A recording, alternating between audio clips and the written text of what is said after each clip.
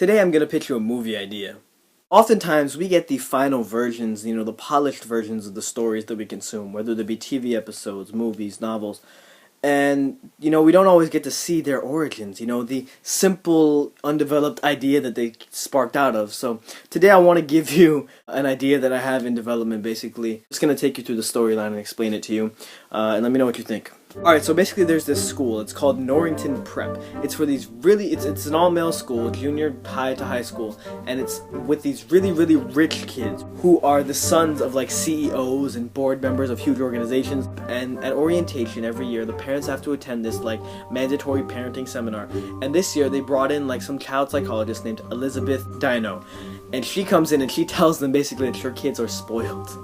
Because these kids are loaded, right? They have so much stuff. They have like diamond-plated sunglasses and stuff. So she tells them, your kids are spoiled, and you need to adopt this philosophy in which you only buy new things for them when their old things basically are lost or if they're broken. So the parents come to some realization this year, and they're like, you know what? Yeah, you're right. So they start to adopt this philosophy that we're only going to buy new things for our kids if they're lost or if they're broken. So enter John Panabaker. This is a guy, he's in his mid to late 30s. He is kind of a sad guy. He works the front office at Norrington Prep. He tried to get his teaching license a while back. It never worked out. So he kind of leads this sad life. He has a studio apartment to himself. And he runs the front office at Norrington Prep. When the parents started to only buy new things for their kids when they were lost or broken, these kids started putting their items in the lost and found. Basically, they just started dropping their iPhone 4.5s into the lost and found and saying, we lost them, buy us the iPhone 5. The lost and found box happens to be under the jurisdiction of the office guy, who is John Panabaker. One day, John Panabaker is coming back from making copies from the office, and this little snot-nosed kid named Bobby Patterson just comes to him, and he's just like, hey, you should be a janitor too, because you need the extra cash. Basically, underlining the fact that he's poor. And John Panabaker just like feels so sad at this. He's just like, he can't hit the kid. He feels angry, so he just goes back to his desk, and he's just like, And then he looks in the lost and found box, and he sees a really nice watch, and he just takes his hand, and he just grabs it and puts it on his wrist, and he decides to take this watch. And this feels kind of good to him. So midday, a little bit later in the day, a man named Harrison Babel comes in. He's a father, and he's like, I need to take my son out of school because I have a Harvard interview or something, whatever rich parents take their kids out of school for. And then Harrison Babel is just like, hey, is that a Movado 14T? And John Panabaker just starts panicking. He's just like, yes, it is a 14T. And he's like, that's a really rare model, where'd you pick that up? And he said, eBay. He's like, oh, it's very interesting, because, I just got a 14T last week when I got a promotion. It was a gift. And, I usually, as a family celebration, let my son borrow it, and my son lost it the day after I got it. Oh, how much did you get it for? John Panabaker's just like, he has no idea how much this watch is worth. He's just like, $400. And he's like, wow, you got it for a steal. It's really $1,100. And so John Panabaker just starts panicking. He's like, your son should be here just now. And then his son walks in, and his son, who basically threw away the watch because he put it in the lost and found, his dad asks him, he's like, hey, how'd you lose that watch again? And then he's just like, Dad, I broke it and flushed it down the toilet.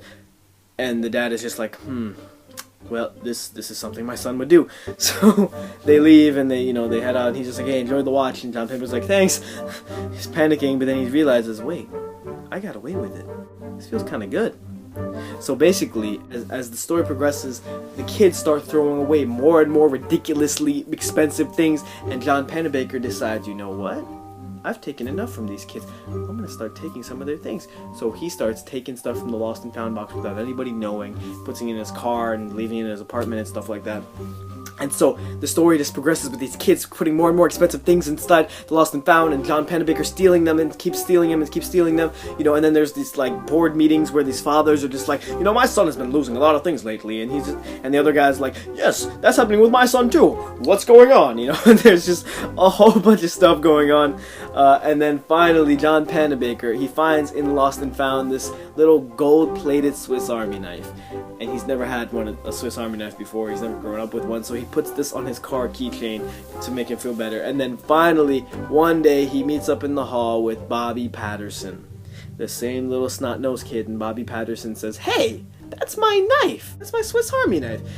John Pennebaker looks at him with the dirtiest look. He just says, "No, it's not yours. It's mine.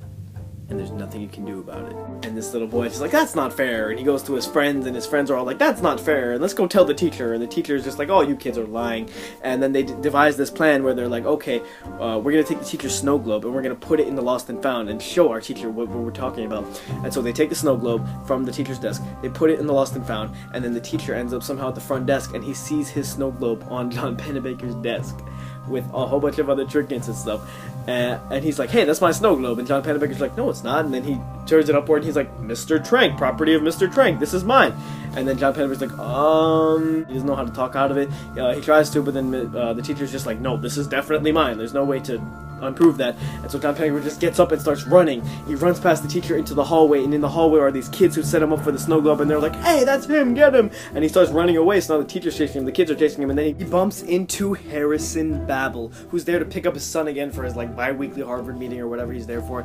And he's like, "Hey, what are you running for?" And he's like, "I didn't steal anything." And he's like, "So it was my watch." And so John Pennebaker just starts panicking again. He just starts running out into the parking lot. So now the teachers, the kids, and Harrison Babel are chasing him. And there's a ruckus. There's a whole bunch of kids now all around like, "What's going on?" And they're all trying to chase this guy. And then John Pennebaker runs to his car, and basically he goes to his car and he starts feeling around in his pockets. He lost his car keys.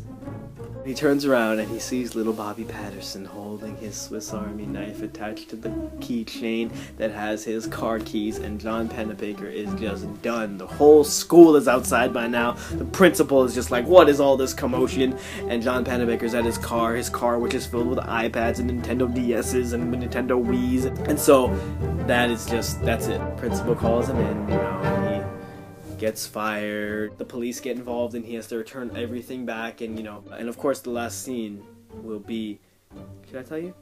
Okay, so the last scene is basically John Pennebaker packing up his things in his box from his desk. And he goes to his car, he's just sad, and then you go and you see in his car, when he opens the door, there's a Lost and Found is on the side of the box. Close the door, begin the credits. That's the movie. Hope you like it. Oh, sorry it's long. We'll call it Lost and Found for now, as just to keep cliches. My name is Jawaad, and it can't get worse than Lost and Found. Okay, that's a bad enough pun.